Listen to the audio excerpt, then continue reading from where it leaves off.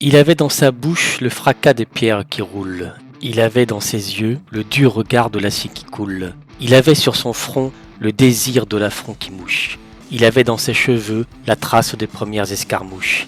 Il avait dans ses mains la puissance des serres du vautour. Il avait dans ses bras le lasso qui serre et entoure. Il avait sous ses fesses le monde écrasé par son poids. Son costume de pièce n'était pas celui de Robin des Bois. Il avait à ses pieds l'allégeance des opportunistes valets. Il avait dans son cœur la vacuité d'un immense palais.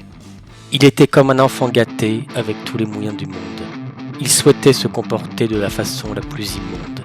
Il criait liberté, liberté, c'était la sienne qu'il briguait. Il soufflait sur le brasier, même s'il disait vouloir la paix.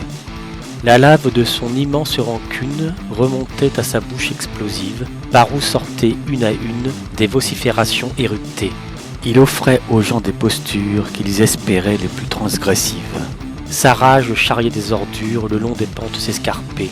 Il croyait dévaler sur toute la terre, mais alors qu'il pensait avoir étreint, opposant et protestataire, ses bras se refermaient soudain sur rien. La nature lui avait rappelé, pauvre air qui célébrait l'efficacité des Ariens, qu'il n'était finalement que poussière.